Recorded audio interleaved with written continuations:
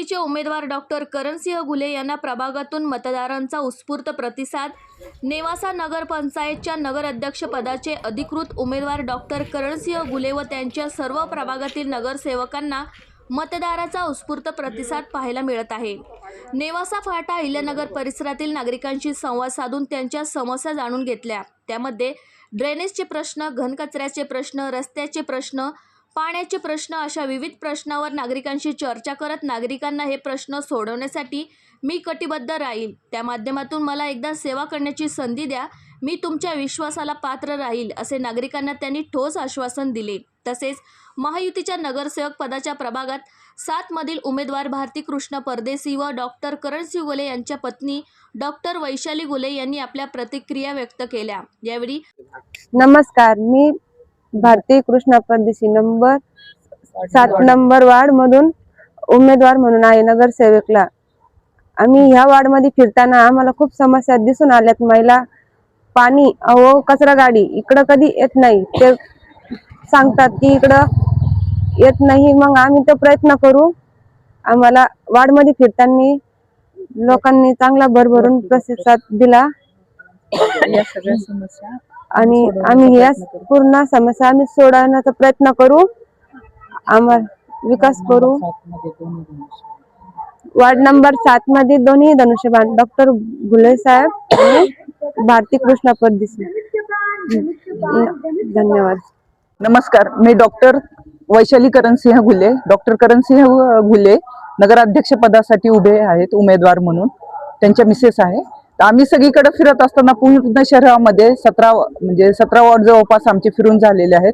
सगळीकडे जनतेचा एकदम उत्तम प्रतिसाद आहे आणि प्रत्येक जनता आपले त्यांचे मूलभूत प्रश्न हे आम्हाला सांगत आहे। आणि डॉक्टर हे समर्पण फाउंडेशनच्या माध्यमातून 15 वर्ष झालं त्यांची कामं चालूच आहेत। तीच काम आम्ही पुढे नेण्याचा आमचा मानस आहे। तुमच्या सगळ्यांच्या शुभेच्छा असू द्या। नवीन चेहरा आहे, पॅनल टू पॅनल आम्हाला तुम्ही सगळ्यांनी भरभरून सहकार्य करावे, यश द्यावे एवढीच नम्र विनंती। आमची निशाणी आहे धनुष्यबाण, क्रमांक 2 डॉक्टर करणसिंह भाऊसाहेब घुले। नगराध्यक्ष पदाचे उमेदवार डॉक्टर करणसिंह घुले व प्रभाग 5 क्रमांकातील नगरसेवक पदाचे उमेदवार महेश लोखंडे यांनी G9 मराठी 24 तासची प्रतिक्रिया व्यक्त केल्या।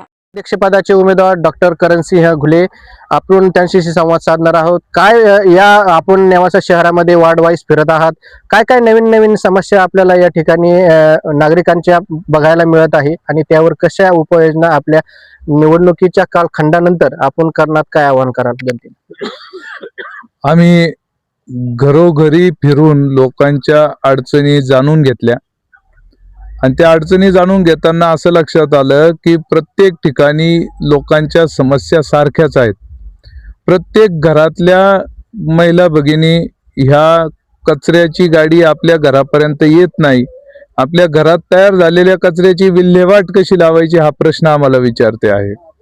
मोठा गाजावाजा करून 7-8 गाड्या त्यावेळेला जुन्या सत्ताधाऱ्यांनी घेतल्या, मोठा गाजावाजा केला, नगरपंचायतच्या चौकामध्ये फार मोठ्या बढाया मारल्या आणि त्या गाड्या आता नादुरुस्त अवस्थेत पडून आहे।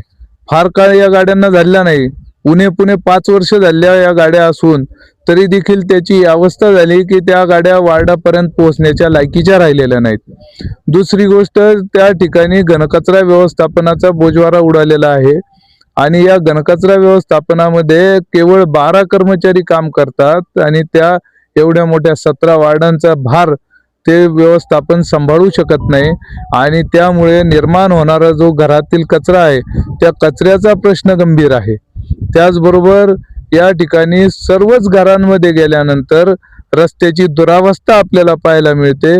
लोक अतिशय प्राधान्याने आग्रह करतात की आपण आल्यानंतर सगळ्यात पहिले आमचा रस्ता करावा।